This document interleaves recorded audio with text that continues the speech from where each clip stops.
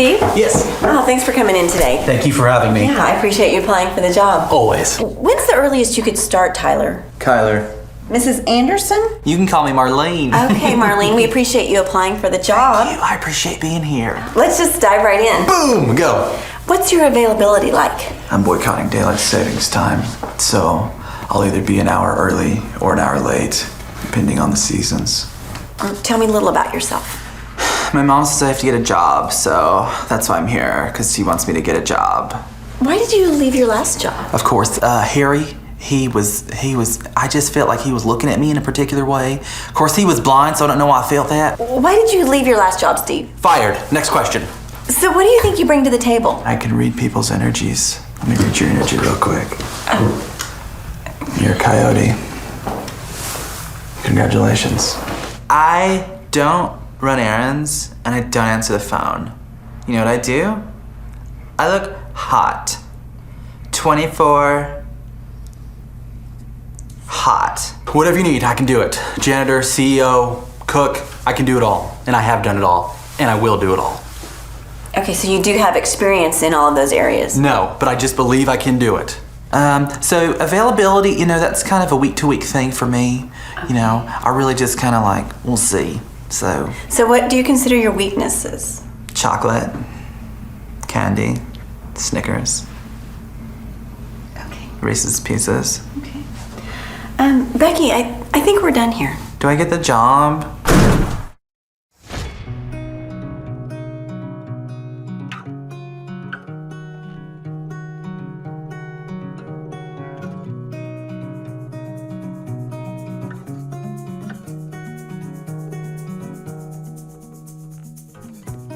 Calling all artists. We must rise. At the break of midday. Let us go and wander downtown, looking for things to take pictures of. There is much to do, many seeds to plant. We are farmers, not of corn or maize. What we plant are the seeds of artistry. And we will not rest until our seed is spread throughout the world. We are artists, and we are really important. We will not be labeled, for we are individuals united together in our own group called creatives. We reject the mainstream. We join the millions who don their scarves in defiance of conformity. Our clothes reflect our uniqueness. That's why we all look the same. We are rebels. We cannot be bound by the shackles of time management.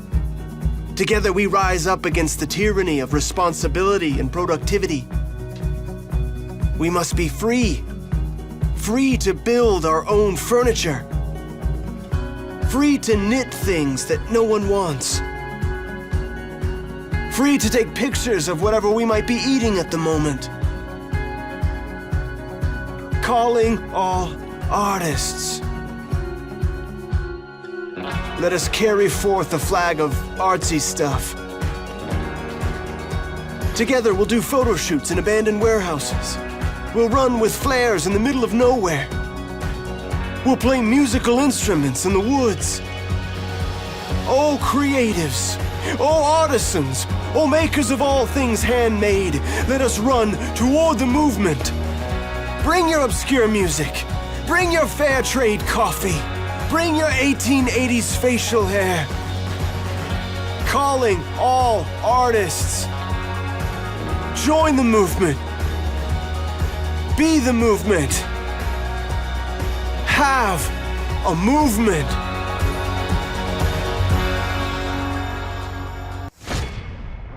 On today's show, Claire Yinger, the business coach who works at the Leadership Initiative with Mr. Clay Stairs, joins the Thrivetime show to ask Dr. Z about what an ideal day looks like for him, his thoughts on life balance, how to know whether you are a bad manager or whether you just have bad employees, how to hold your employees accountable, Delegation 101, and much, much more. You have questions? America's #1 business coach has answers. It's your Broda from Minnesota. Here's another edition of Ask Clay Anything on the Thrivetime Business Coach Radio Show. Yes, and yes. And then another yes. I've got an issue with the What's the intro. issue? I've got an issue with the intro. Hey, by the way, I miss you and your issues. You've been gone a lot recently. Yeah. And I've been here. But I'm back. Slaving away by the river. We You thought have we had been to down by evacuate. the river. We evacuate. We bring the stuff back in the whole time, and I just missed you. And Down by the river. I miss you because you have that unique ability to it's like there's a scab forming, and you pull it off. Yeah, quickly though. And I missed that. Well, and here we Okay, go. okay. This scab's going to get ready, set. There Okay. we go. The intro talks about my broda from Minnesota. And you know what? I think that's a little bit of a misnomer. You spent a hot minute of your life up in Minnesota. What percentage of your life? You're 37, 38. How old are you right now? 39. Okay, I missed it by a year. Well, I guess I'm 38. I've mentally anticipated 39. I'm 38. I'm 39. You're 38. in November. Okay, 38. Yeah, Thank yeah.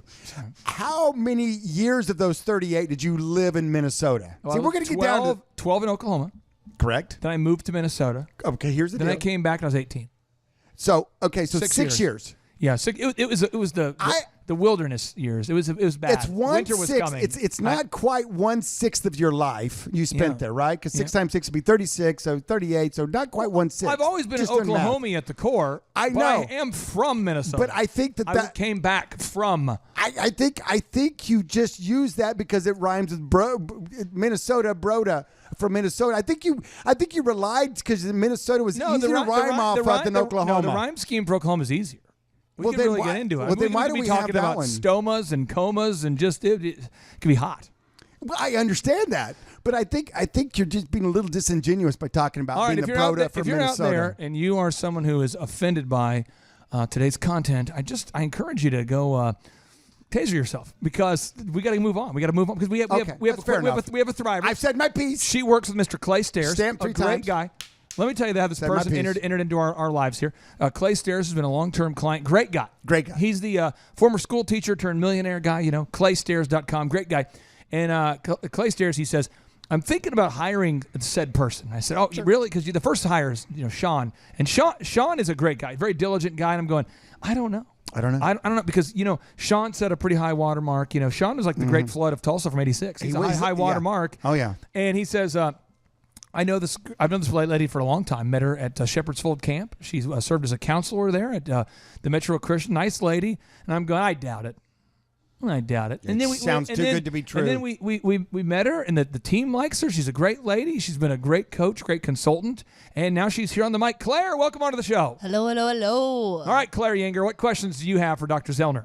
this ought to be I good. came so ready and so prepared. Here we for go. My questions. I'm a with little you. scared.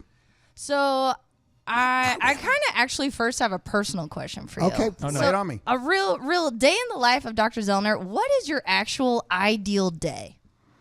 Waking up, going to the airport, and asking myself, where do I want to go today? And then making sure I pack the appropriate clothes, or if it's make sure I have a credit card to get there. And then, no, I'm teasing. My perfect day is, a lot of people ask me what I do. And I tell them, I say, I'm like the old vaudeville act. Are you familiar with vaudeville? I'm going to go with no. Okay. All right, and I'm going to go with a yes. I am aware. And there was an act which goes something like this. You have a stick, and on top of the stick you have a plate.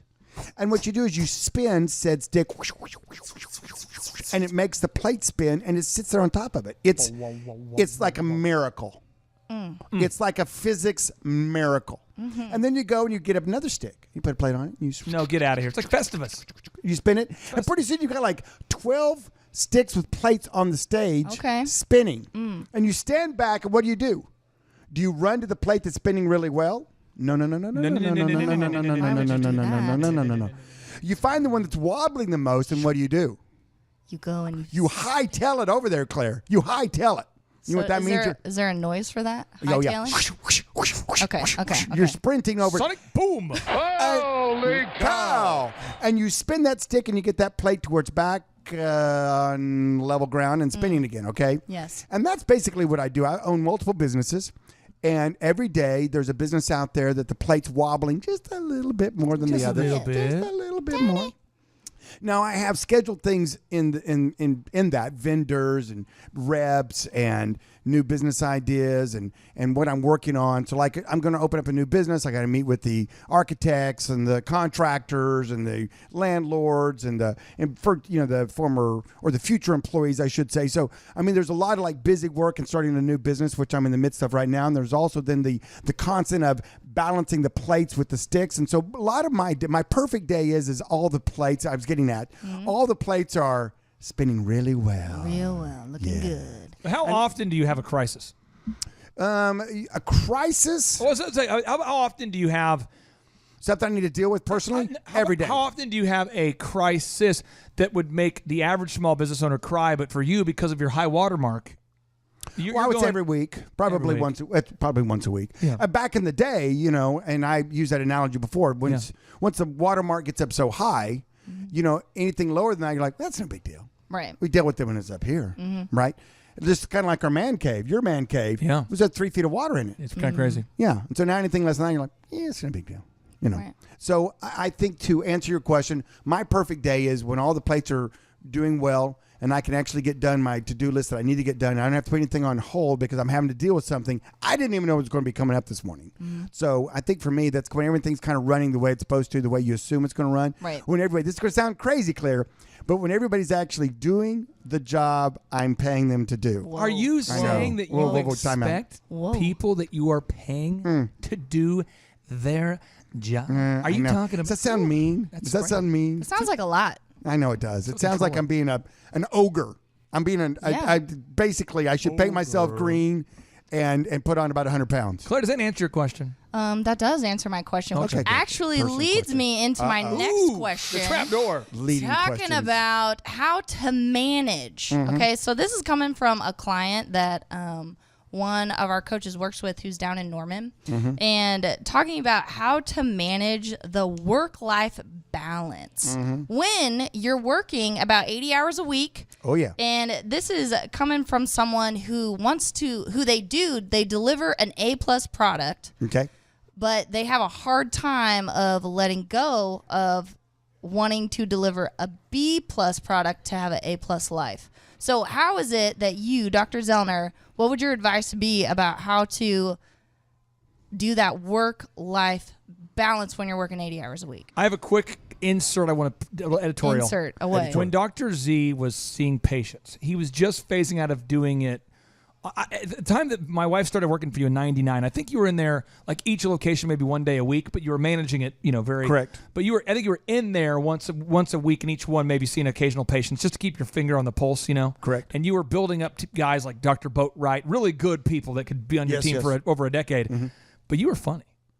Oof. And people used to talk about how funny you were, and I used to hear stories about your ridiculous eye chart things you would do and the funny stories and the segues and the way you would greet people. And it was just, you got it down to a show. Well, you've got to be yourself. And I default to humor. I love humor. I default to humor. But it was humor good. kind of breaks a lot of tension. A lot of people come to the doctor's office and they're stressed. What is my Nervous. prescription? They're nervous. What's happening here? My vision is so important to wrong me. with me? Right. Yeah. Is it getting worse? Am I going to go blind? And you have a great team now, but when you left, and it was like a comedy show meets optometry. Correct. And when you left, and the other guys you hired before you built that team you have now, when they were good, they were competent, they were confident, but they weren't funny.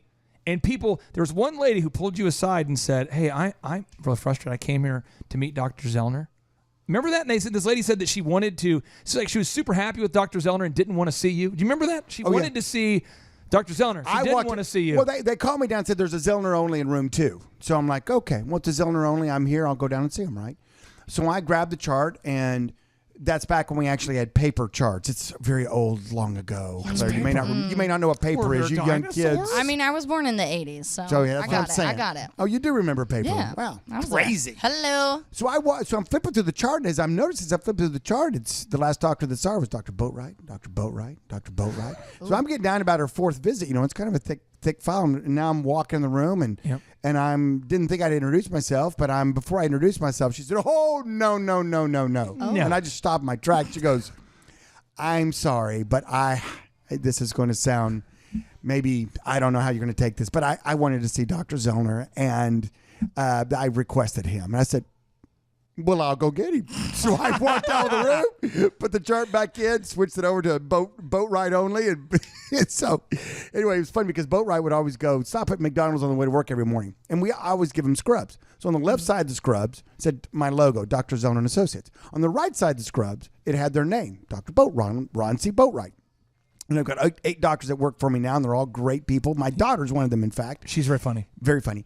Anyway, so he goes to the drive-thru every morning to get his biscuit and whatever from McDonald's, right? McGriddle. Yeah, McGriddle, whatever. Sure. Yeah, McRib if they're in season. I mean, that's a big deal, right? And that is a very big deal. Thank you. And so he goes through. So towards the person at the window is his left side, and they see the logo, which happens to be my name, Dr. Robert Zellner and Associates. So every time he comes through the drive-thru, the lady says, Dr. Zellner, you're back again. How are you doing? You want your same? Or here's your same thing. So good to see you. And first he'd say, no, I'm not Dr. Zellner. I'm Dr. Boatwright. Yeah. He said that. I said, I don't know how many times I said it. And finally he was like, thank you. Okay. You just accepted it. Yes, so he became, yes, I am Dr. So they've all learned to channel just a little bit of Dr. Zellner. So when you were delegating off to people that at first weren't quite up to your standard yet because you hadn't trained them yet. You hadn't trained to that level yet. You hadn't built that A-player team you have now.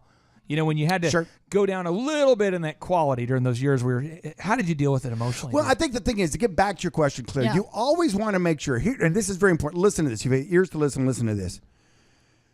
This is going to be hard, but I'm telling you what, for the long-term benefit of your mental health, your financial banking account, your heritage that you leave your grandchildren, you want this. You always want to make sure you're doing whatever you can to put out the A+ product. When you say to yourself, I'm going to devalue my goods and services so that I can XYZ on the personal side of life, you're really missing the boat on your business. You have to make sure your business is A+ and running well and doing whatever you can to do that. Now, what happens is, Claire, is that what I see done wrong, it's not the amount of time people are spending with their personal life, i.e. their spouse, i.e. their children, i.e. their siblings, their parents, whoever is pulling on them. It's not the amount of time they're spending with them, but the quality of time anymore. In other words, a guy spends 10 hours at work, hustle, work's going great. Now he pops home. It's about dinner time, right? He pops in for dinner. But at the dinner table, he's got his laptop up because he's expecting an email from a vendor that could come that night. Right. He has his phone sitting up on the table because if there's an emergency at the shop, he's getting the phone call, right? Yes, he is. And he's over here on this. And now he thought, you know what? She's bringing out dessert right now. I'm going to Google my competitors' website. I haven't checked on them in a while. I'm going to do that. And all the while, his 2 children are at the table talking about their soccer game that they have this Saturday, and he's not even listening to them. Yeah. And I think that's the thing that I find so much is that what I tell people is this, is that they go, how do I know when to go home? Because I love working. My business is rocking. I'm doing good. I know it's my future. It's got to have my attention right now. Yep. Right. And I said, you have to do one thing. Listen. Listen to your spouse. Listen to your children. And whenever you get that call of, are you still my dad? Or what do you look like? Or you've had the call. No, I've had the call. And I will say this, if you're out there listening, just examples of, the McDonald's brothers. People don't know their names, but they actually served every burger for years. And then the idea of scaling caused them to make certain compromises. So the totality of all the parts allowed the quality to stay high, but they couldn't personally serve burgers to that many people. So some said it's not the same as when they used to make the burgers. Some said. But Billion said it's still pretty good. Still pretty good, yeah. And so it's not that you're openly trying to devalue your quality. It's saying, like, the elephant in the room. I used to answer all the phones when we first opened. And it's not that, like, I want our calls to be bad. We have a great team now. But I can only answer the phone so many times. So in a way, your ability to serve more people goes up, which I think is an A+. But yeah, it might not be the same jokes as Dr. Zellner, and you just got to get to a place. Yeah, it may not be an A+, to be honest, but it may be a solid A. It might be an A. But it's unsustainable for me to see every patient that's come in the door. It's unsustainable for Clay to answer every phone call that comes in. Day one, you can. But it's unsustainable, and so you have to train up people and get them as close to your DNA as possible. Put as much in as you can, because nobody will care as much as you do about your business. And so, you just have to get as close as you can, and then let them run with it, and know that. So when did you realize that you were ready to let them run with it?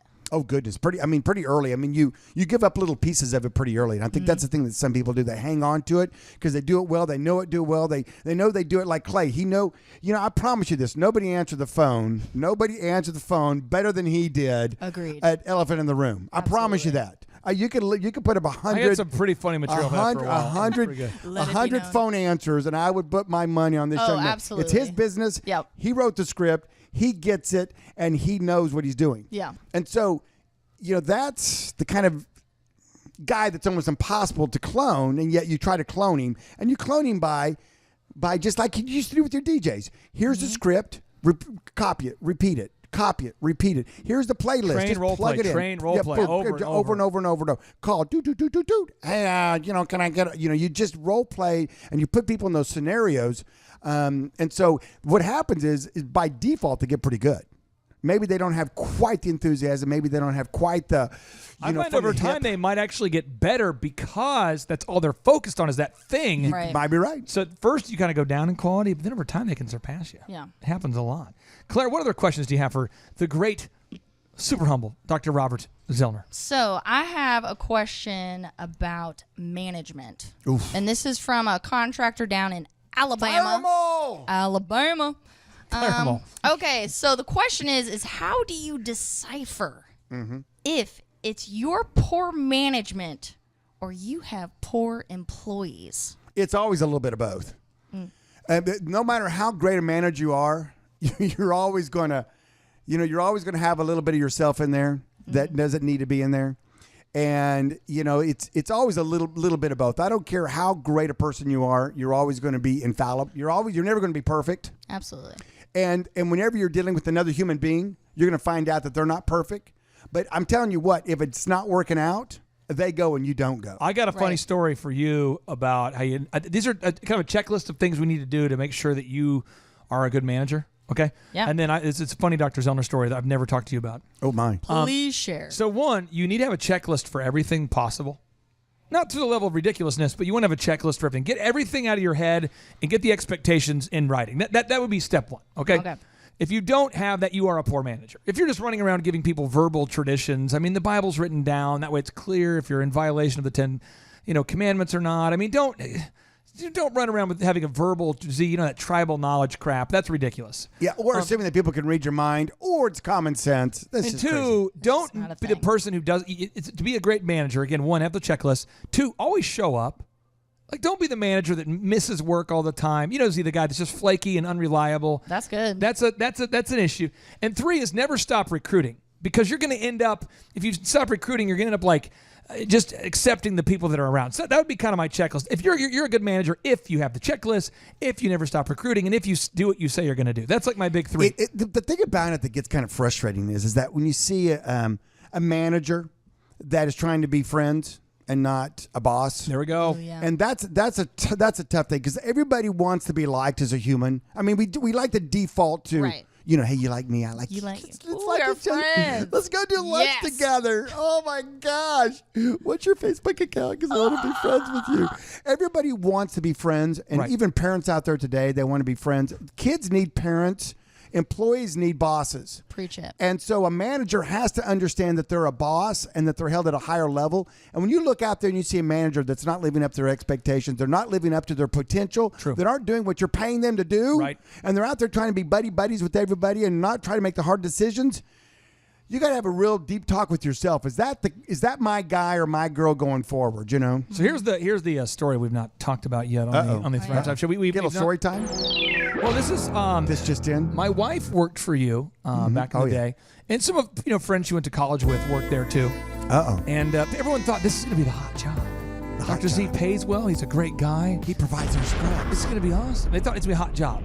But what ended up happening was, it turns out you have a nomenclature system. Back in the day when there's paper. Oh, yeah. So if Claire came in to get her eye exam, or I came in, you would have it sorted. How is it sorted? How are you supposed to do it? Alphabetical. Oh, see that idea. It's crazy. That's the idea. There's 26 letters. They actually come in a That's the idea. pattern, an order. You're supposed to actually do that. It's crazy. And there was somebody that I knew. We'll just keep it. Won't clarify the gender or anything. It could be transgender. I don't know. Somebody. This person though would just play the game of like, let's not do it alphabetically. Now, see what would happen if everyone on your team occasionally saved things, put things, medical records, etc., in the wrong place consistently. You know what would happen? People would go crazy. It wouldn't we would work. spend hours trying to find this chart. And so the I mean, rumor it's just it has crazy. it. My understanding is you quit occasional explosions around 98, 99. When was the last time you had a good, like, are you kidding me? When was the last Good time? old fashioned take someone out back and just take them to the woodshed. The word that I was told was he stopped firing off the cannon at a certain age. When would that be, HB? I run out of gunpowder probably in the late 90s. I mean, there was a few people that were around then, and they're like, you got a cannon, but you got no cannonballs and powder. You're just here. What's the point? But you know what I mean? You made a change, right? Well, you have to. I mean, I think that as you mature in life, you realize that throwing an absolute fit is not necessarily. But there might have been a time earlier on where you may have. Oh, I think you get early on. You're a tad bit more emotionally charged. You're younger. You've got your juices are flowing, as we used to say, Claire. Real passionate. Real passionate about that thing, and then you realize, hey, it's going to be okay. And this person put the thing in the wrong place. Oh, all the time. And apparently, a person who was managing the business, who took your spot, was like, "Let me tell you what. If Dr. Z would have seen this back in the day, let me tell you. Let me tell you. what had happened." And it became this big like an epic journey. It was like we're talking about like the Odysseus and the Iliad. It was like a big thing, And so I'm picking my wife up and this person taking him home, and they were like scared about what you used to do. Wow. Or what you would have done. Wow. Or what. And then they were scared of the way that she spoke and the way she talked. And my wife was all about high and tight, put stuff in the right place. But this person was like, and then she raised her voice and she was getting aggressive and she was just intimidation. And I'm like, so did you put it in the wrong place? Well, yeah, but so I'm just saying but that's you could. But if you didn't have a agreed upon nomenclature system, an organizational system, a checklist, then you couldn't be upset really because there would be no expectation. Right. You're right, and the thing about it is management's difficult. True. Oh, yeah. Management is Hardest difficult. part. Because you're not you're not the owner, and so you're charged with taking this person's basically child and raising it when they come in and check in on you every now and then. Oh yeah. And it's a challenging thing to be in management. And so, because you're judged upon how good the people underneath you are doing and how well you manage them. And it's a tough deal to inspire people, because there's always the stick or the carrot. And got to have both, though. You got to have both, and how to motivate, black hat, white hat, when to write someone up, when not to write them, when to be the good cop, when to be the bad cop. Sometimes you have to, like a lot of times I'll have to know I have to be nice to someone on a Thursday because I got to go off on Monday. Yeah. That happened as recently as a couple weeks ago. There's someone who they were really in my doghouse, and I'm going, I got to lay it down on Monday. So I had to be nice, ramping up on Wednesday. Got to get into that nice, with Thursday nice. Got to get that Friday nice. Monday, here it comes. See, I mean, the management is tough. It's tough, and I think one of the keys is that when you get a manager on board and you're going that direction, is to have them physically be around you at first as much as possible. I love the way Clay brings somebody in new. They shadow him and they're around him, and what that really does is saying, "Hey, I really want you to see it." Now in my business, they have a saying, and it's WWZD. What would Z do in that situation? And I've taught them enough. I've been around them enough. I've poured enough of myself into them that for the most part, I would say 99% of the time, they get it right. And I don't have to be there because I've been there enough with them, and they followed me enough. They've seen what I do. They've heard me. I put on speakerphone when a patient calls in all upset, and they're around there listening, and I handle it the way I do, and they're going, "Oh, that's how you handle an upset patient. I'll get it." And so they learn by you doing. You don't want to just hire one and say, I'm headed to Bermuda. I'll see you in 6 weeks. Yeah. And take off. Don't let bad employees train your new employees. Oh, that's the worst. So you never stop training. You never stop training, and you always want to spend time with those managers. You want to make sure people come through those managers. They have problems, and you really want to honor them and give them the authority. But, like I tell them all the time, I'll go up to a manager all the time and say, is that employee over there doing the wrong thing? Yeah. I'm not going to fire them. I'm going to fire you. Yeah. Because it's a reflection and of just you. the other day, Claire, I was asking Z, I said, hey, Z, the tough situation here. I feel like I'm handling it good now. I'm not freaking out. Let me tell you the situation. And you as a manager, you have to be the mentor that people can go to. Right. And the moment that your people quit asking those questions, it means you're not a good enough of a manager. They don't come to you. But that would be now. I think we have time for 2 more Claire questions. Okay, on the show. 2 more Claire questions. 2 more Claire questions here on the Thrivetime the show. The Claire questions of the day. Okay. Who aspires to be like Ellen or Oprah in the future? But not. Oh, we get it. A talk show. Nice. Today show. Yep. Shunda. Okay. So when it comes to finances, so when you first started your optometry clinic, being your own boss, how involved were you with your finances? And did you handle that, or did you hand that off to someone else? Why or why not? I handled it myself. It was very important. First of all, I weren't that busy, so I could handle it. I made all the deposits. I got one time. customer this month. I had a whole 20. A huge. I fill out the deposit slip myself. No, I did it for a while. I did probably for about 6 months. I mean, myself personally. And it was the craziest thing. I actually had a CPA come in and was a patient, became a patient. And he goes, hey, do you have a CPA or account? And I go, no, why the heck do I need one of those? And I was laughing, going, I knew I did. Eventually I was going to get one. I got time right now. Yeah. I don't need that. I got plenty of time on my hands. And we actually started to get a little bit busier. You start doing a little advertising, start taking care of people. Word gets out on the street that you're not a complete idiot. They think you're funny. They want to see the show. Yeah, they want to see the show. I have puppets and, all kinds of a pony that would bring in on occasion. What? This is amazing. Do we have video of this? No, of course not. I could be a little disingenuous on the pony part. The pony part. Could be. But it's not saying I didn't want to have a pony walk to the office at certain times. I would not be mad. Thank you. But you're welcome. But he came in and said, hey, let me be your CPA. And so we negotiated a deal and got it down pretty good. Yeah. You won't believe this. This is 26 years ago. Yeah. He was my CPA for $75 a month. I can say that. I pay $550 a month per store for Elephant in the Room, I think. Well, this is today's dollars. This is back in the day. And I was just starting off. I had nothing. 26 years you paid that? No, I didn't. No. Okay, I said that's what I started at 26 years ago. I've been in business now 27. So, but anyway, whenever you don't have the time to do it, and you don't want to do it, or you're not good at doing it, then you hire that out. And you never delegated knowing the numbers. You delegated someone doing the entering of the data, the bookkeeping, the paying of the checks. This was a good clarification. But you never said abdicate, hey, you go run my finances. You always looked at it. Oh, yeah. And you were aware this is how much is in my bank account. My office still texts me daily numbers. So, I still get a daily touch every day on numbers, on my businesses, what they're doing. And this is from your accountant? No, this is from my staff. And then I meet with my accounting team once a month to go over numbers.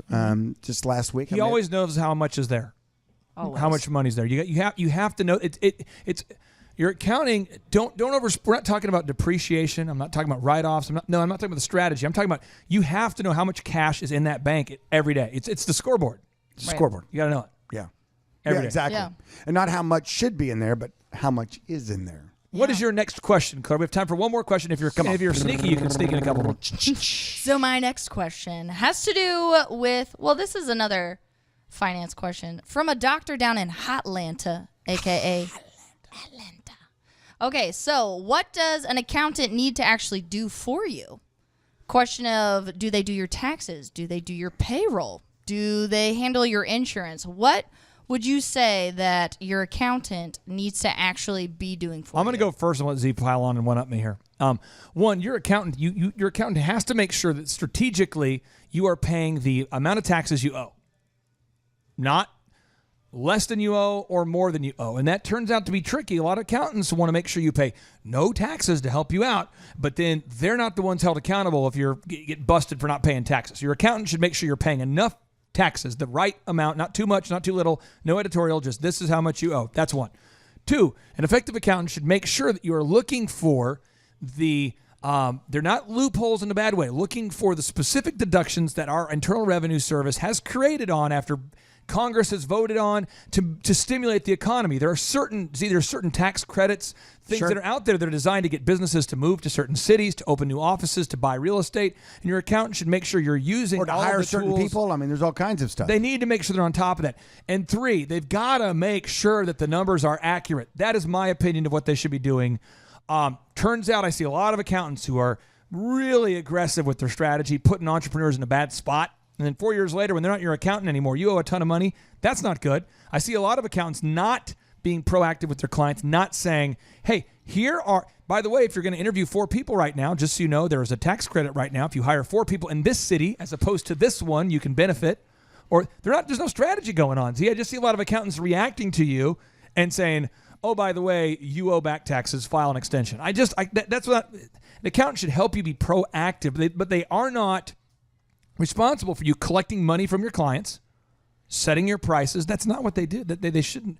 You can't delegate any math to an accountant. I mean, you can't take the entire math part of your business and say, Mr. Accountant, could you set my prices? Right. Mr. Accountant, should I set myself? How much should I pay myself? The accountant is not that. I'll go back to you.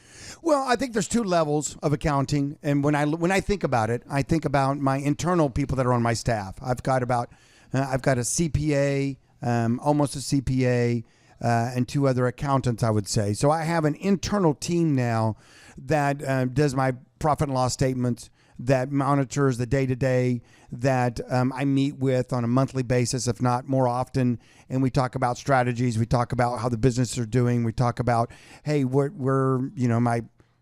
this costing me? What's that's costing me? Do an analysis of this. What's my, because those prices keep creeping up. I set the price for a pair of glasses, a pair of frames, and that price I may have set 5 years ago. And now guess what? Oh, yeah. It's twice as much. I'm still selling for what I'm selling for. So they can help pull invoices. I put them on different assignments. I put them on different things internally to look at. And they do help me with, hey, or can we save money on a certain insurance? Can we, call Geico in 15 minutes?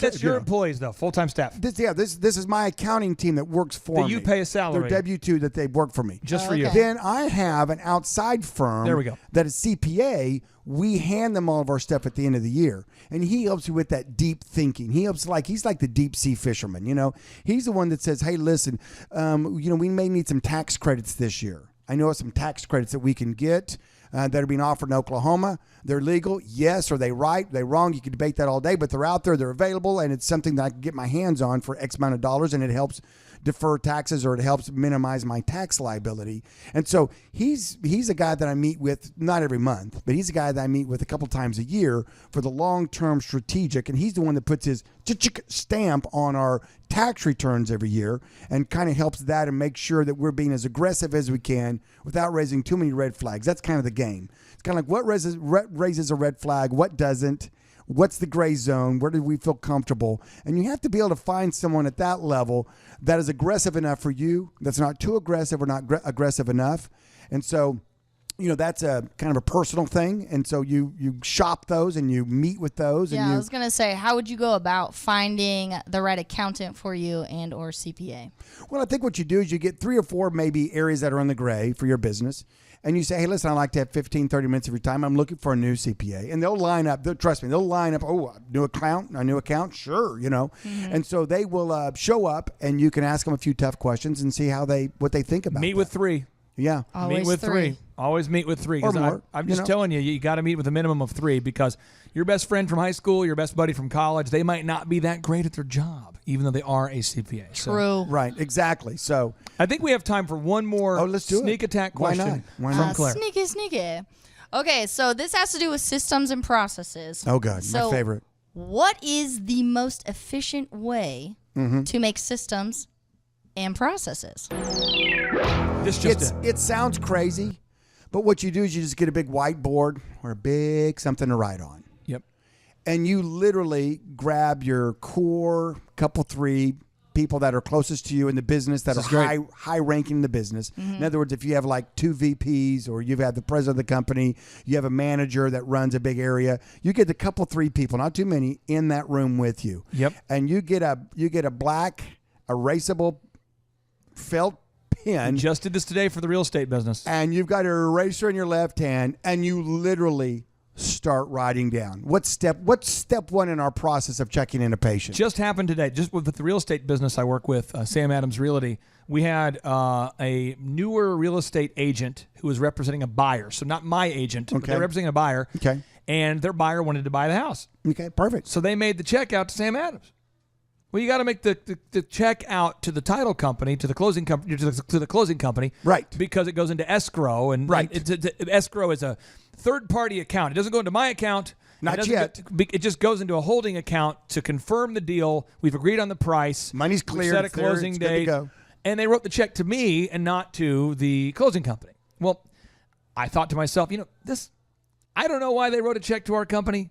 I asked our agent, did you tell him to write it to us? She said, no. I said, okay. Has this happened before?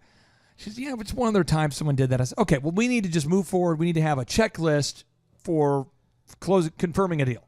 So step one. Because you saw where the problem was, and you're like, oh, and we whiteboarded it out. Yeah, we moved it around a bunch, and we thought this step goes first, this goes second. And a whiteboard's so great. You move it around. And Andrew, put a link on how to make a whiteboard for under $100, because you can spend like $1,000 on a huge whiteboard, or you can make one for like $80 by buying a thing called shower board. And I'm the shower board king. No one has more shower board than me. It's a great tool. It's very effective. Do you shower board in your shower? Do I use shower? No, I put carpet in there. Oh, that's it. You're all about comfort in the shower. I get it now. Yeah, that's your time off. That's your time off. Smells like a wet cat. Oh yeah, it's amazing. The best good smell times. ever. Good times. Good times. Does that answer your question? But this brings up a good question. So when it comes to making your systems and processes, where do you start? Where do you begin? So you just said that you guys were talking about real estate. I write on the board. I have to get a whiteboard out, and I wrote on there today the issue. Because it came out of a conversation? Yeah, anytime you hold people accountable to a certain standard and the standard is not met, I always ask, how could I answer this question one time so I don't have to answer it 1,000 times again? That's good. And then I write it down, and I'm going, how did an agent think? If you're a real estate agent, you need to know about escrow. You have to go to class for this, and they should know that they write. But obviously, people don't know. Right, because you as the owner, you know. Yeah, and in photography, we used to have people that would just go to a wedding and take just bizarre photos, and I'm going, how could one possibly think that that's what the photo the bride wanted? No. So I made a checklist of images that the photographer had to get of the bride.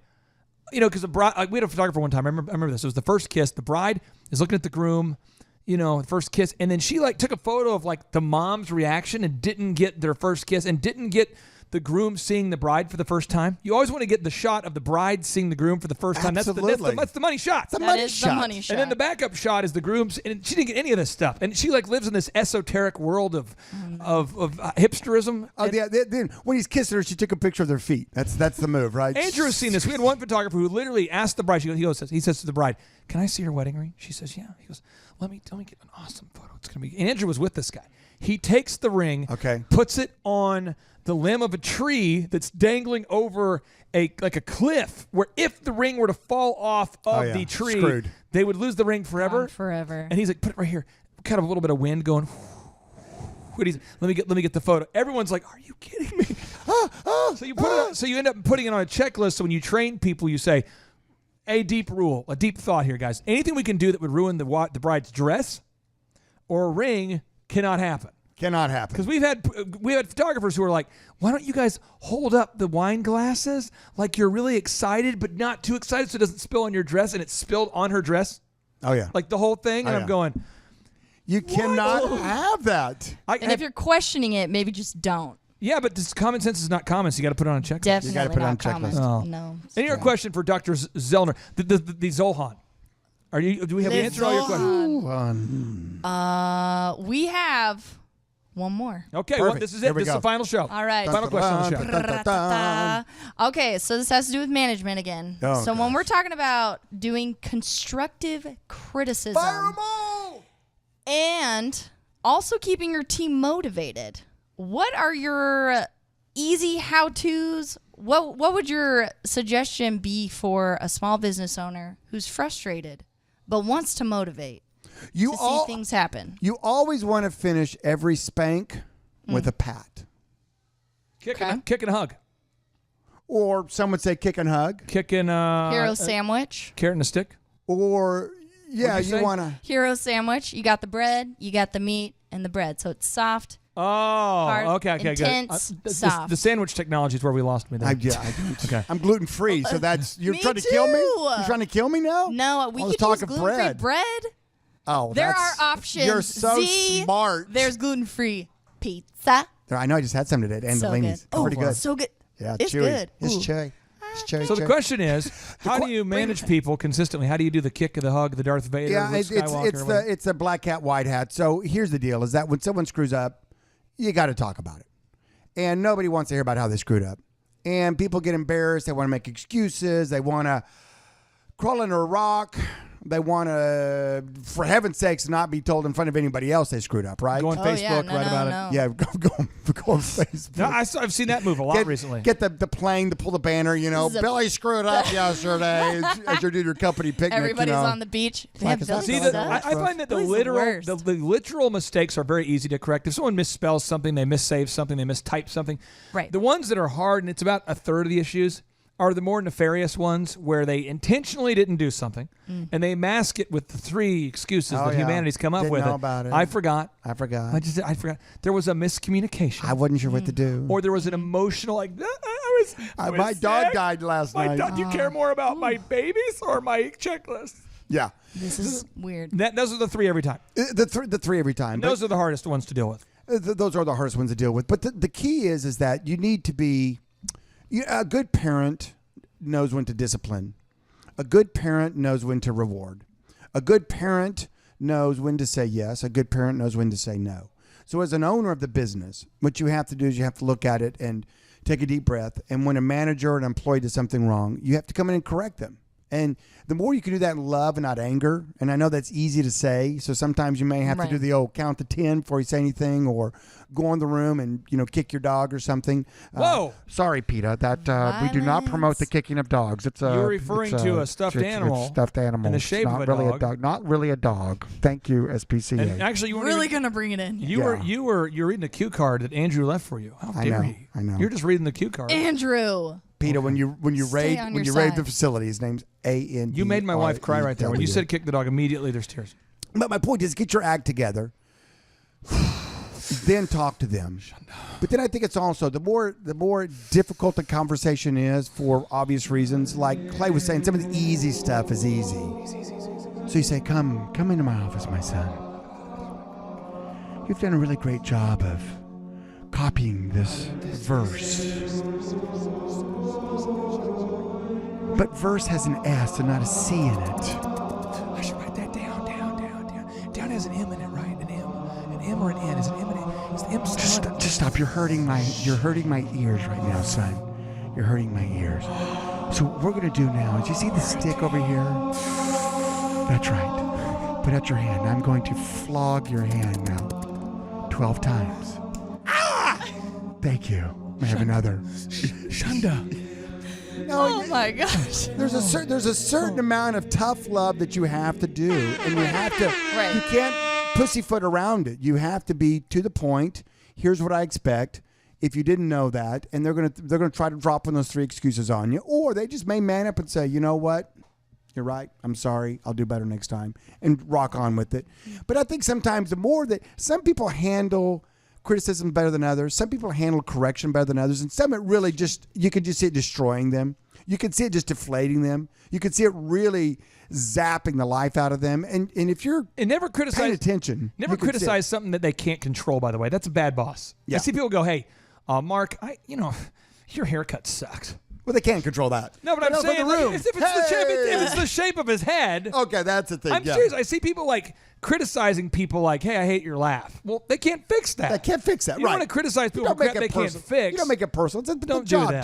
doing the Come job. on. But then the more that you see them kind of shrinking, then when you're done with that, then you have to give them a little positive mojo. You got to give them a little love. You mean you don't like when I blow into this container? I only like it when you make like a deep sound of a You don't like when I do that? I do like it actually. Oh, really? I thought you said. I'm sorry. I was offended. I'll just go back to doing it then. There you go. I'm your newest You employee. should do that the whole I'm here to show. haunt you. Yes. We're all hired. You got to give them a little love. You got to maybe tell them some things they did right. You've got to give them a win of the week. You've got to give them something that encourages them and edifies them and pumps them and builds them up, because you're a coach, and a coach is a difficult thing. You got to correct the play they did wrong. Correct. Also, though, keeping them in the game, keeping their mind focused, and letting them know the game's not over. Game's not We over, still Billy. need you. Come on, Billy. Still need you. Stay in there. I need my guy. Come on, Bill. Come on, Bill. You're Billy. hired. You're my guy for a reason, Billy. And I need you over here. You're doing great in this area, this area, this area, this area. Keep up the good work. Let's just make a little minor correction over here, and let's rock on with it, okay, Billy? And rock on with it. It's good. Are you It's mad? good. Are you mad? The kick and hug. Okay. The spanking. What did I say? Spank. Mine was a. I think you said spanking. Mine's a slap and a slap- hug. I think you said No, mine's slap- a slap and a pat. Slap and maim. Slap and a pat. That's what you Slap said. and a You always Slap taught and a me pat. the slap and a maim method, and for years I was doing it. You said, no, I meant kick and hug. I'm like, oh, I've been slapping and maiming people. That's why it always gets You know, weird. I get Achilles' tendon, and then he pushes the ball off to the right. You'll give up the game. Well, see, I think it's now time to end the show with a boom. Are you psychologically ready? You know what? I'm a little spent. Claire, I feel a little spent. Claire, are you ready? I felt He's Claire spent. came in Are you hot. ready? I am prepared. Okay, now without any further ado, 3, 2, 1, boom! 3, 2, 1, boom! Broadcasting live from the center of the universe. Presenting the world's only business school without the BS. With optometrist and entrepreneur Dr. Robert Zellner and USSBA Entrepreneur of the Year, Clay Clark. Get ready to enter the Thrivetime Show on Talk Radio 1170. Yes, sir. It's Z and Clay, broadcasting from the box in the 918. Business school in the topic today. Check the syllabus, it's getting you paid. Making the business boom is what we do. You can do it, let us show you. All right, Thrive Nation, welcome back to another fabulous podcast edition of the Thrivetime Show on your podcast download. Now, Z, the podcast edition gives us the ability to go maybe more intensely, maybe more in depth. We can be more pragmatic because we don't have to adhere to the rules of a radio show. You know what it's like? Sorry What's to it cut like? you off. What's it Steve, like, But Finch? it's kind of like, I'm going to get crazy. Going commando. Chup, That's what podcasts are like. are you going commando? No, Is this I'm not. But yeah, this is like a going commando version of a radio show. I appreciate that analogy, and I rebuke the visuals that came to my mind. And so, Z, the question that we get asked from a lot of entrepreneurs as it relates to human resources, HR 101, is how do you find good people? And then they kind of get into that mindset of like, there's not enough good people out there, so I'm not going to recruit right now. I'm not going to expand because there's not enough good people.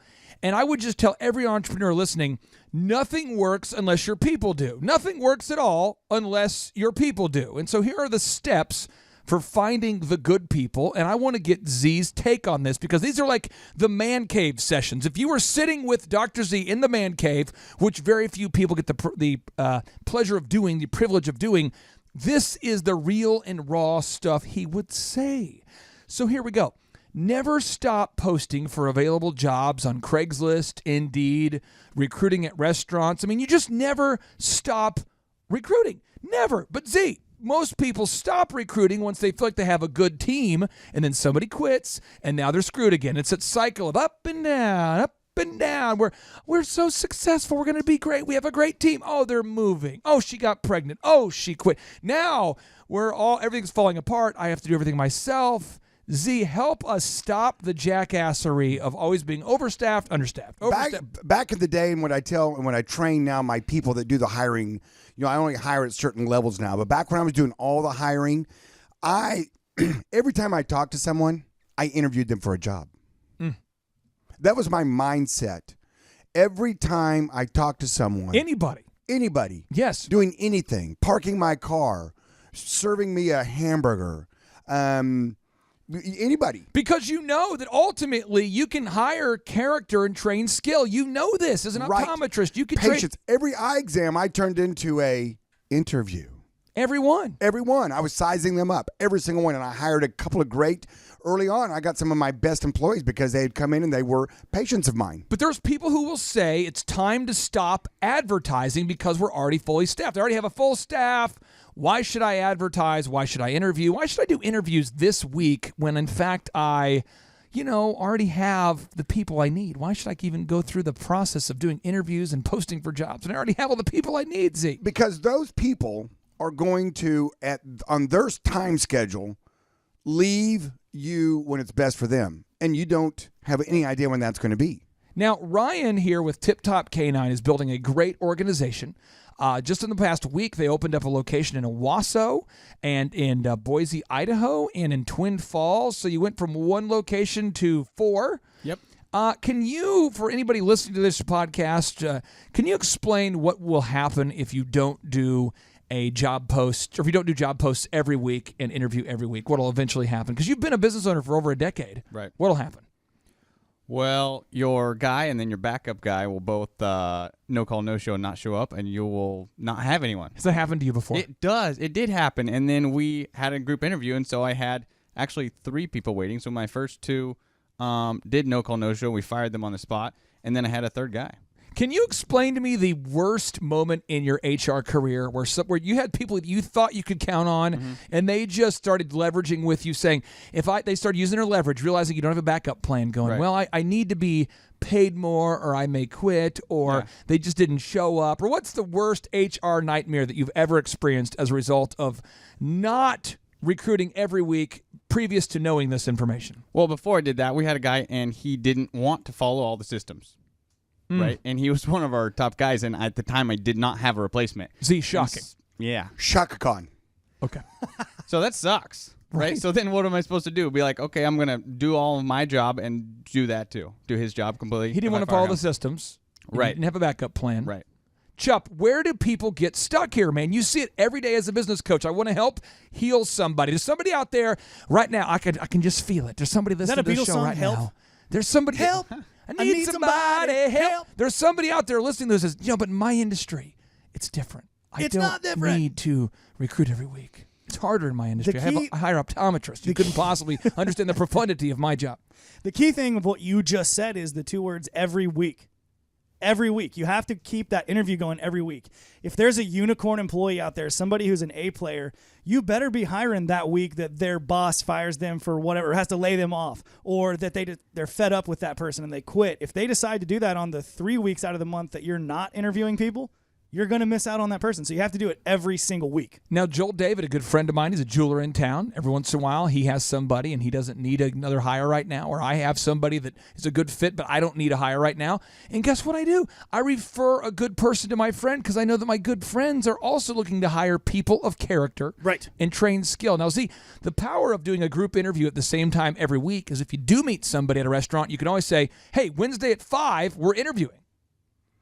Oh, absolutely. And I always like stealing employees. Oh, I do. The pirate. I always like it. I like sniping them. You know, do you ever go snipe hunting? Snipe hunting? Yeah. Do you ever? I need to take you snipe hunting. You go deep in the woods. Is that a North Korean move? It's an elusive bird called snipe. They taste delicious. And you have tastes like swamp. beaters, and then you have catchers, and so you drive the snipe into the nets. But I like the word sniping, so I drive like the snipe into the nets into the catchers. And so you'd go out there, and you'd set up, and then I would drive the snipes towards you. I want to read the definition of a snipe here. Okay, it's a wading bird of marshes and wet meadows with brown camouflaged plumage, a long straight bill, and typically a drumming display flight. Huh. Okay. Well, there you go. So I guess when I fly, I have a drumming display. But. Or the word snipe means to shoot at someone from a hiding place, especially accurately. That's the way long range. You're describing it. Yeah, exactly. Well, and then we do that to our competitors too, right? We snipe them, but. Sometimes you can find great people that are unemployed. Yes. But I have found over the years, I find more great people that are actually employed. Check it out. This is what Reid Hoffman talks about this. Reid Hoffman talks about this. There was a Tim Ferriss podcast recently where he talked with Mr. Metcalf, famous from Metcalf's Law for creating the Ethernet, not the internet, but the Ethernet. And he talks about hiring today. It's not hiring, it's recruiting. Hiring is where somebody is just coming to you going, I just need a job, please, for the love. Yeah. But if you're going to grow a big company, you got to recruit, baby. Yes. You got to recruit top talent. One of my moves that I did is I was open 7 days a week, and that's hard to find people that want to work on weekends. So I would go where people are working on weekends. I'd go to the mall. They have later hours, and they work 7 days a week there. Of course, their schedules go back and forth. They don't work 7 days in the week, but they'll have to, somebody has to work the Saturdays, Sundays. So I would go to the mall and just go store to store. Store to store. And just see what happens. Are you serious? You used to do this? Absolutely. Store to store. I'd go in the I'd go sometimes early in the day because a lot of times you catch the full timers. Yeah. You know, they're the 9 to 5ers, and then the kids come in the afternoons and come work for them like 1 to 9 or something like that. So I would go in. I would just walk in the store and see what happens. And if they were sharp and they were on their game and they approached me and they greeted me well and they were, I felt like, and I'd watch them a little bit. They're used to working on nights and the weekends. Bingo. And so then I could. Bingo. Oh. So I would evaluate them on my 5 A's quickly, as much as I could. And then I hired several great people out of the mall. Now, what are you looking for when you hire great people? That's the next question I get asked. What are you looking for? Well, Jack Welch wrote the book called Winning, which is the #1 management book in the history of the planet, and he identifies the 4 E's. Don't overcomplicate this, Holmes. There's just 4 E's, or you have Dr. Z's 5 A's. Either way, I'm going to give them to you, okay? Here are the E's from Mr. Jack Welch, and then we'll go to Dr. Z's A's, okay? So here are the E's from Jack Welch. 1, you look with people with good energy. If somebody's not energetic and they yawn all the time, he is not curious about what makes them yawn, nor is he going to sit around and motivate them to stop yawning. If you're that kind of an a-hole that you yawn during an interview, you're not going to get a job. When I say a-hole, I mean an amazing whole person who doesn't deserve a job for Mr. Jack Welch. Of course that's what you mean. 2, edge. Will this person make the tough call when they have all the facts? People who say, well, I don't want to throw somebody under the bus, but I think someone is stealing. If they even have that mindset, if you work for a company, the company is the bus, and if you are working for the company, you are on the bus, and the wheels on the bus go round and round, even though idiots get in the way. 3rd, execute. You got to get your job done. You could have a great attitude. You could be on fire. But if you can't code and your job is to code, then you're going to make the code explode. If your job is to sell and you can't sell, so you got to find people that can get the job done. And the final is energize. This is a rare bird, but somebody who cares about pumping up the people around them.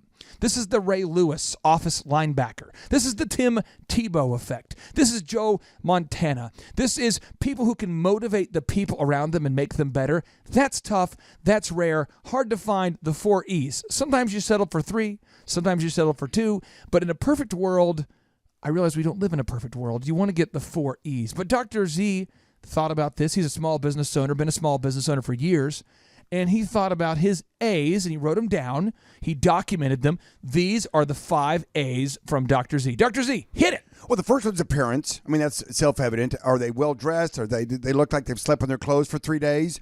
You'd be surprised how many people go to an interview or you see them at work and you go, oh, my gosh. And you're not going to try to fix somebody who dresses like that. You're just done. Yeah, I'm out, Attitude. How is their attitude? I mean, do they have a great attitude? Are they a negative person? Are they a positive person? I want to surround myself and have my employees be positive people. I don't want the glass to be half full. Somebody's listening going, no, but I want to find somebody and fix them. Well, then, God bless you. God bless you. Have fun. God will probably bless you because and you will not get any blessings on earth. Fine career as a life coach. Hopefully you get those in heaven. But on earth, you can take them to church, but don't hire them, right? Yes. Get them out of your office. Another one is attendance. Are they showing up? It's hard to do your job if you're not there. I can't be here today because my car won't start.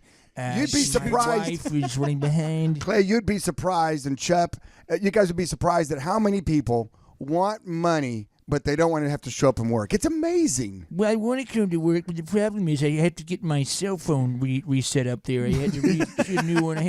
The fourth A is accuracy. Can they do their job? Are they accurate? I mean, when we have a lot of our problems go back to sloppiness and inaccuracy of text. And so if you're not accurate, it can cause a domino effect of problems that just I forgot to write down how they heard about us. I forgot to write down. Well, that was what a plus, they said. and I put a minus. Oops. I forgot to put in the right credit card number. And then the fifth thing is above and beyond, and this is really what separates your B. Which your B players are probably about your 80% of your employees. Yes. That 80 percentile, kind of the bell curve in the middle right there.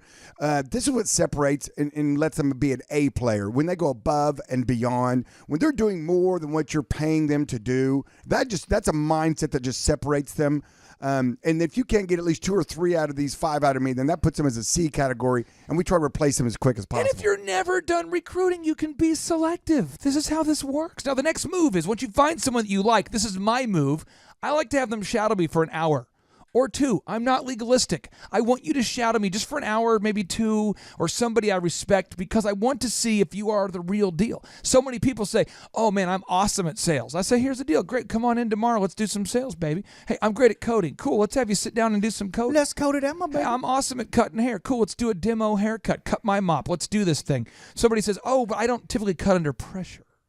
Ooh. I typically don't do sales. I mean, right now, Right now, I'm not. I typically code better when I'm alone. I typically dunk the basketball better when people aren't watching. It's just my style. So this is what happens: is if you can't embrace these rules, Sam Walton says this: there's only one boss, the customer, and he can fire everybody in the company from the chairman on down simply by spending his money somewhere else. So I know Ryan at Tip Top is fastidious about his quality.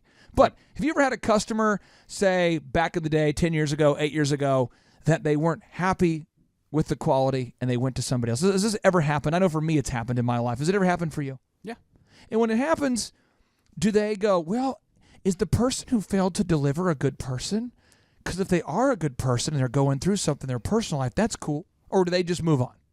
They tend to just move on. Yes, because the customer does not care about your virtuous worldview to keep people around and to coach them and to matriculate them into becoming perfect people. They say, hey, you know what? That person who's going through something, I care not. I just wanted your Starbucks to be open on time, so I'll go on down the road to another coffee place. That's how that works. So what happens is Jack Welch says one thing you could do to let the whole team know what's acceptable and not is you could fire somebody publicly, which is one of my favorite things to do. So what you'll do is Jack Welch calls it the public hanging. He says public hangings are teaching moments. Every company has to do it. A teaching moment is worth 1,000 CEO speeches. CEOs can talk and blab about the culture, but the employees all know who the jerks are. They could name them for you. It's just cultural. People just don't want to do it. Jack Welch. So I'll give you an example. I had a door back in the day at the Thrive offices at the Riverwalk, and I said, here's the deal, guys. I don't want you going out that door, because if you go out that door, what's going to happen is you're going to leave it unlocked, and something's going to get broken into. We've had this discussion. Don't do it again. The next person that does, I want to be clear, if you do it again, one, that's not even a main entrance or exit. That's you being squirrely. If you go out the door again, I'm going to fire you. And so we had a key team member decided just to do it, just to see what would happen. I watched them do it on purpose. And so I just said in a group meeting, everybody was there. I said, hey, everybody, this person, we've known them for a couple years. They're fired. Bye-bye. And everyone's like, but they've been here for 2 years. I'm like, and they're fired. And they're fired. And then what happens is all of a sudden people quit going out that door. And I could do that because we're never done interviewing. But if I hadn't done that, one day I would come to work, the door would be unlocked, and I would be robbed. And I have been robbed in the past in businesses where people have broken in and stole our things. And not locking the door is a big deal. Not locking the door is a very big deal. Well, I just had one in my business just this week try to get broke into. Really? Yeah, but they weren't successful. Did your moat get them or the lava? Did the lava get it? The alligators. The gators. The gators. Did you get them on camera? Yeah, no, we got impaled on the spikes outside the Joel store. David They got hot tarred. Joel Hot David, tart and feather. one of our clients got broken into this week, and it was like during the middle of the day, and they asked one of the salespeople to see the ring, so she showed the guy the ring, and he just grabbed it out of her hand and took off. Yeah. Crystal clear camera, midday. Busted. Awesome. What do people think? I mean, the cameras they're everywhere. I mean, it's kind of like, really? So Really? the moral of the story is, how do you find good people? Never stop recruiting. Ever. Never. Ever. See, never. Never. Ever. Ever. When? Never. Oh. Ever. Then, once you have really good people, if you find a person, you keep a letter grade next to the name of each and every team member. Mark them as A, B, or C. The A's are your top 10%. The B's are the middle, and the C's are the bottom 10. Well, what if they know that I'm ranking them? What if my own employees know that I do this show and they listen to it, because they do? Then they would need to know right now, Mr. Employee listening, Mrs. Employee listening, are you an A, a B, or a C? Because if I find an A, I'm going to first go, you know what, I have an A, and I've got a C. It's an easy call. Easy call. Sometimes it's a less easy call, but I'll do it too. I have a B. I say, this is a good B. I've talked to them numerous times about what they could do to become an A. They've chosen not to become an A, so I've decided to fire them today. Bingo. And you know what? Oh. I went through seasons where we would have the busy times and the slow times. When we get to the slow times, I would ask my managers, call them in and say, hey, who's your worst employee? Who is it? And they've learned they better have an answer, and they do now. And then I say fire them. They're like, well, what, really? It's time for some pruning. I know it sounds mean, but you know what? It's the Man Cave Sessions. It's the Man Cave Sessions. In the Man Cave Sessions, we just tell you how it Real is. and raw. It's more like a mean cave session. Chup, you know what? On the next Man Cave session, we're going to be talking about time management 101 and freeing up your time to work on stuff that actually matters. But we like to end the show with a 3 and a 2 and a 1 and a boom. So, Z, are you ready? Oh, absolutely. Yeah. Chup, you ready? I'm ready. Ryan, are you emotionally yeah. ready? Okay, without any further ado, 3, 2, 1, boom. JT, do you know what time it is? 4:10. It's Tebow time in Tulsa, Jerusalem, baby. Tim Tebow is coming to Tulsa, Oklahoma. Whoa. During the month of Christmas, December 5th and 6th, 2024, Tim Tebow is coming to Tulsa, Oklahoma in the 2-day interactive Thrivetime Show Business Growth Workshop. Yes, folks, put it in your calendar. This December, the month of Christmas, December 5th and 6th, Tim Tebow is coming to Tulsa, Oklahoma in the Thrivetime Show 2-day interactive business growth workshop. Whoa. We've been doing business conferences here since 2005. I've been hosting business conferences since 2005. What year were you born? 1995. Dude, I've been hosting business conferences since you were 10 years old. And a lot of people, have followed Tim Tebow's football career on the field and off the field. And off the field, the guy's been just as successful as he has been on the field. Now, the big question is, JT, how does he do it? Well, they're going to have to come and find out because I don't know. Well, I'm just saying, Tim Tebow's going to teach us how he organizes his day, how he organizes his life, how he's proactive with his faith, his family, his finances. He's going to walk us through his mindset that he brings into the gym, into business. It is going to be a blasty blast in Tulsa, Jerusalem. Folks, I'm telling you, if you want to learn branding, you want to learn marketing, you want to learn search engine optimization, you want to learn social media marketing, that's what we teach at the Thrivetime Show 2-day interactive workshop. If you want to learn accounting, you want to learn sales systems, you want to learn how to build a linear workflow, you want to learn how to franchise your business, that is what we teach at the 2-day interactive Thrivetime Show business workshop. Over the years, we've had the opportunity to feature Michael Levine, the PR consultant of choice for Nike, for Prince, for Michael Jackson. We've had the top PR consultant in the history of the planet has spoken at the Thrivetime Show workshops. We've had Jill Donovan, the founder of RusticCuff.com, a company that creates apparel worn by celebrities all throughout the world.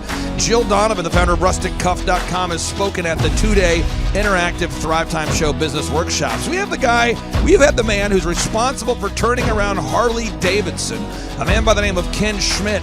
He has spoken at the Thrivetime Show 2-day interactive business workshops. Folks, I'm telling you, these events are going to teach you what you need to know to start and grow a successful business. And the way we price the events, the way we do these events, is you can pay $250 for a ticket or whatever price that you can afford. What? Yes, we've designed these events to be affordable for you, and we want to see you live and in person at the 2-day interactive December 5th and 6th Thrivetime Show Business Workshop. Everything that you need to succeed will be taught at the 2-day interactive Thrivetime Show Business Workshop, December 5th and 6th in Tulsa, Oklahoma.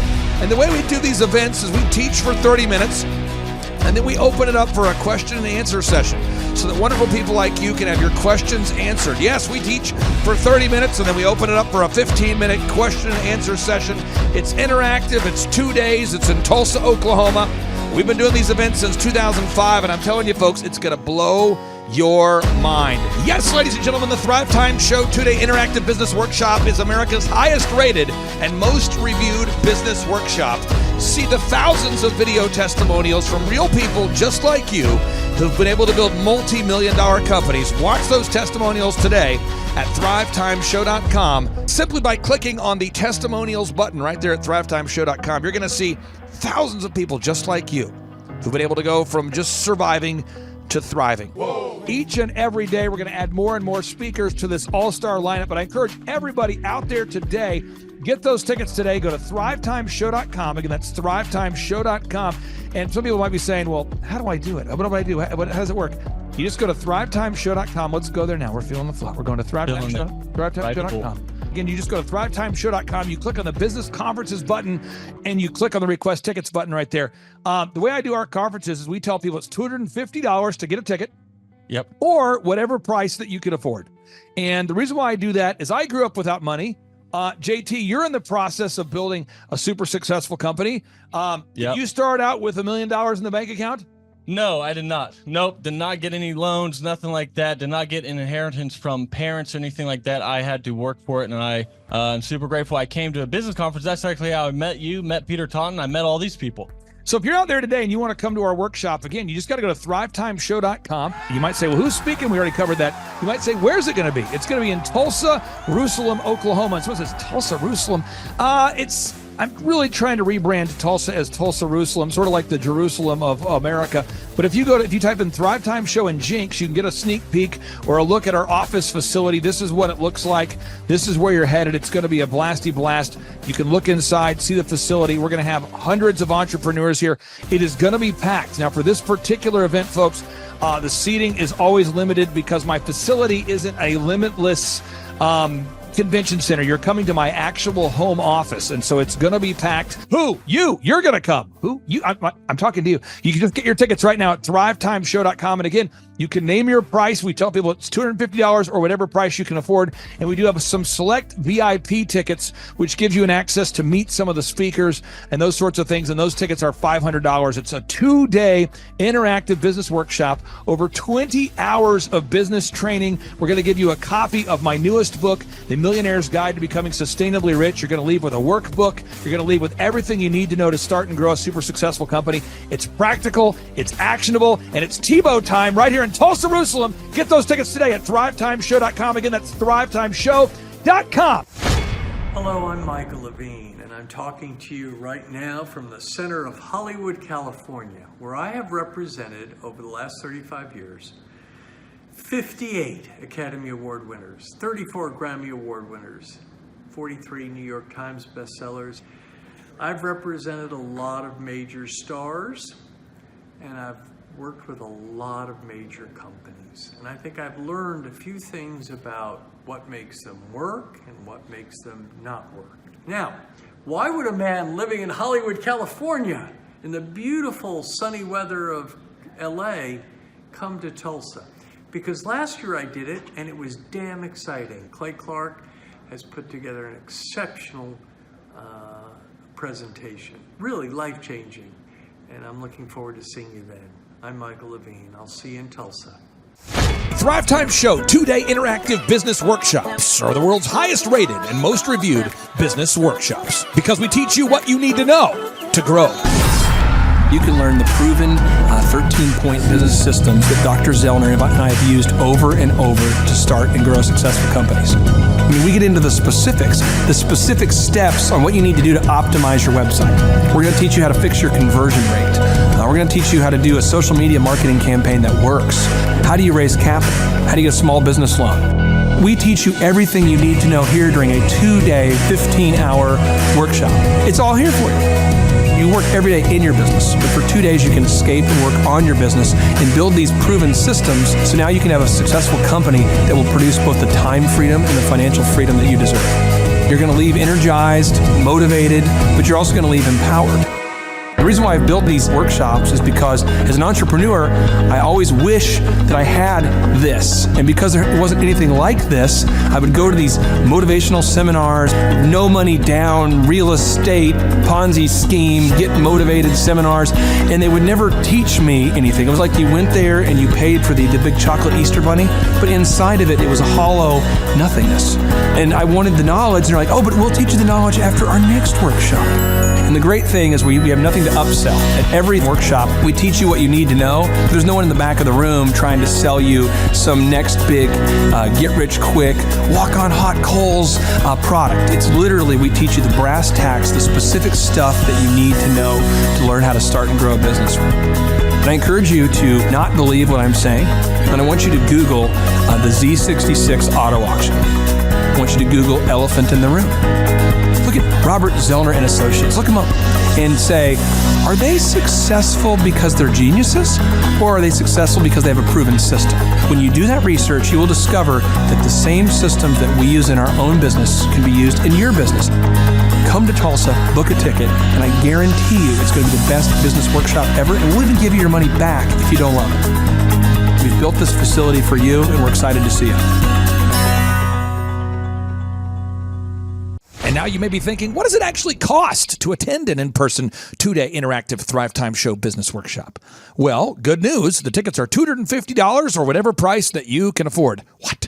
Yes, they're $250 or whatever price you can afford. I grew up without money, and I know what it's like to live without money. So if you're out there today and you want to attend our in-person 2-day interactive business workshop, all you got to do is go to thrivetimeshow.com to request those tickets. And if you can't afford $250, we have scholarship pricing available to make it affordable for you.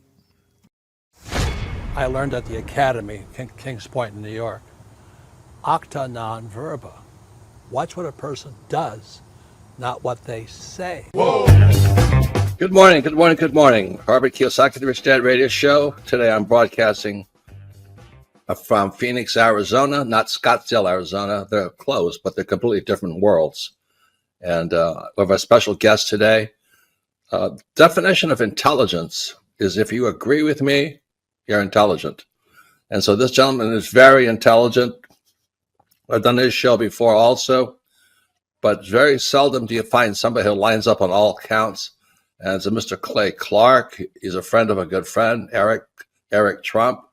But we're also talking about money, bricks, and how screwed up the world can get in a few and a half hour. So Clay Clark is a very intelligent man, and there's so many ways we could take this thing. But I thought, since you and Eric are close, Trump, what were you saying about what Trump can't, what Donald, who's my age, and I can say or cannot say? First of all, I have to honor you, sir. I want to show you what I did to one of your books here. There's a guy by the name of Jeremy Thorne, who was my boss at the time. I was 19 years old, working at Faith Highway. I had a job at Applebee's, Target, and DirecTV. And he said, have you read this book, Rich Dad, Poor Dad? And I said, no. And my father, may he rest in peace, he didn't know these financial principles. So I started reading all of your books and really devouring your books. And I went from being an employee to self-employed to the business owner to the investor. And I owe a lot of that to you. And I just wanted to take a moment to tell you thank you so much for allowing me to achieve success. And then I'll tell you all about Eric Trump. But I just want to tell you thank you, sir, for changing my life. But not only that, Clay, thank you, but you become an influencer. More than anything else, you've evolved into an influencer where your word has more and more power. So that's why I congratulate you on becoming. Because as you know, there's a lot of fake influencers out there too, or bad influencers. Yeah. So anyway, I'm glad you and I agree so much, and thanks for reading my books. Yeah. That's the greatest thrill for me today. Not a thrill, but recognition is when people, young men especially, come up and say, I read your book, changed my life. I'm doing this, I'm doing this, I'm doing this. I learned at the Academy, Kings Point in New York. Acta non verba. Watch what a person does, not what they say. Whoa.